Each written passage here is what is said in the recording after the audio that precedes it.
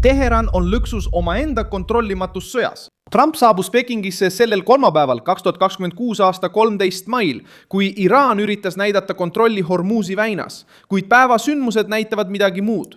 Iraani režiim püüab laevu kinni hoida ja sundida Trumpi nende nõudmisi vastu võtma. Aga täna on sõda kolinud teise ruumi. See ei toimu enam ainult Pärsia lahes, vaid on jõudnud otsekõnelustesse Washingtoni ja Pekingi vahel. Just nimelt Iraani jaoks kõige tundlikumas punktis, Hiinas, tema suurimas naftaostjas, sanktsioneeritud.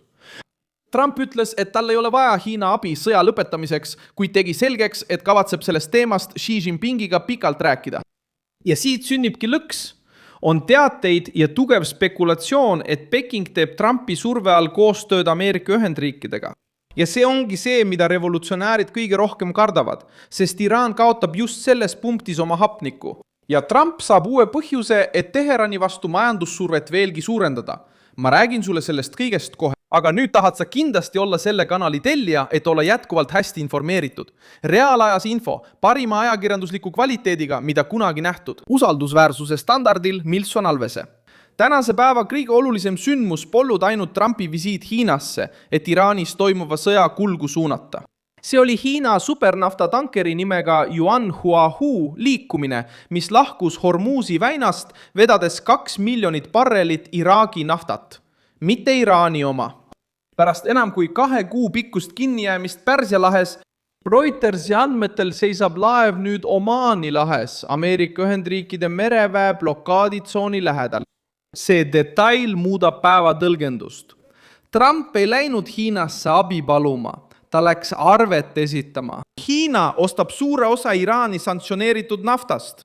Hiina vajab Pärsia lahte, et hoida energiat liikumises, ega taha näha oma laevu seisma jäämas Teherani, Ameerika blokaadi ja sõjalise ohu vahel. Seega võib Trump sillutada uut teed, mitte pidada otsekõnelusi Iraaniga, just kui Teheran oleks tugev, vaid survestada neid, kes veel hoiavad režiimi elus. Kui Peking vähendab oste, viivitab maksetega, nõuab turvalist läbipääsu või garantiisid oma laevadele, kaotab Iraan tõepoolest võimu. Pole vaja mingit plahvatuslikku teadet. Piisab sellest, kui Hiina hakkab ettevaatlikumalt tegutsema, et Iraani rahavood aeglustuksid, kallimaks ja raskemini kättesaadavaks. Teine uus tee on meretekaardil. Wall Street Journal teatas täna, et Iraan on laiendanud omaenda Hormuzi väina definitsiooni, viies oma kontrolli idee suuremale alale alates Jaski rannikust kuni Greater Thambi saareni. Kui režiim muudab sõja ajal territooriumi piire, ütleb ta sellega, et vajab rohkem ruumi surve säilitamiseks. Kuid see annab Trumpile veel ühe trumbi. See kontrolliala laiendamine mõjutab ka Pärsia lahe naabreid. Sama allikas toob välja Kuveidi süüdistused Iraani relvastatud sissetungi kohta Bubiani saarele. Ja Katari meetmed varjamaks laevade liikumist oma peamises veeldatud maagaasi sadamas pärast seda, kui Iraani rünnakud mõjutasid nende ekspordivõimekust. Teheran püüab olukorda kontrollida, kuid see hirmutab isegi neid, kes peavad sellega koos elama. See seob Iraani veel ühel rindel. Kui ta jätkab naabrite survestamist, suureneb piirkondlik isolatsioon. Reuters teatas, et Ameerika Ühendriikide energiaagentuur töötab nüüd hüpoteesiga, et Hormuzi väin jääb tõepoolest suletuks kuni mai lõpuni. See ei ole ainult tehniline prognoos. See on Trumpi jaoks poliitiline relv. Ka diplomaatia on seiskunud. Ja see soodustab Ameerika survet. CBS teatas täna, et Iraani sõjaväelased ütlevad, et nad on välja õppinud ja valmis tõrjuma uut Ameerika Ühendriikide rünnakut, samal ajal kui rahuläbirääkimised on endiselt peatunud. Samal ajal avaldas Trump midagi, mida oleks peaaegu reetmine ajakirjanduse poolt öelda, et Iraanil läheb sõjas hästi. Sellel ütlusel on poliitiline kaal. Trump üritab takistada Teheranil võitu saavutamast avaliku arvamuse tasandil.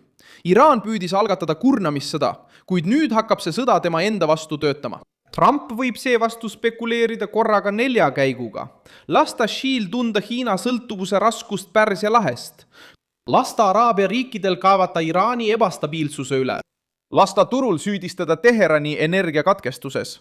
Ja lasta Ameerika blokaadil režiimi rahavooge kokku suruda. Hukkunute arv on endiselt selle sõja raskeim osa. sõda on alates veebruarist tapnud juba tuhandeid, sealhulgas tsiviilisikuid, sõjaväelasi ja võitlejaid erinevatel rinnetel. See on mõjutanud ka Liibanoni. Uus aspekt on see, et sõja jätkumine ei anna Iraanile puhast väljapääsu. Mida rohkem Teheran nõuab avatud rindade hoidmist, seda enam peab ta õigustama sisemisi kulusid. Ajalugu näitab, et režiimid, mis on kinni prestiižisõdades, tunnistavad oma vigu tavaliselt aeglaselt. Nõukogude Liit läks Afganistani uskudes, et nad suudavad kontrollida territooriumi, kaitsta liitlasvalitsust ja juhtida konflikti sõjalise jõuga. Tulemuseks oli pikk, kulukas ja poliitiliselt laastav kurnamissõda. Briti allikad märgivad, et sõda muutus Moskva jaoks ummikseisuks. Ligikaudu 15 000 hukkunud Nõukogude sõdurid vägede väljaviimise kokkulepe sõlmiti 1988 aastal ja lahkumine viidi lõpule 1989 aastal. Võrdlus ei tulene sellest, et olukorrad oleksid identsed. Pigem on loogika sarnane. Kui suur riik või režiim muudab sõja autoriteedi proovikiviks, on sellest väljumine palju raskem kui sisenemine.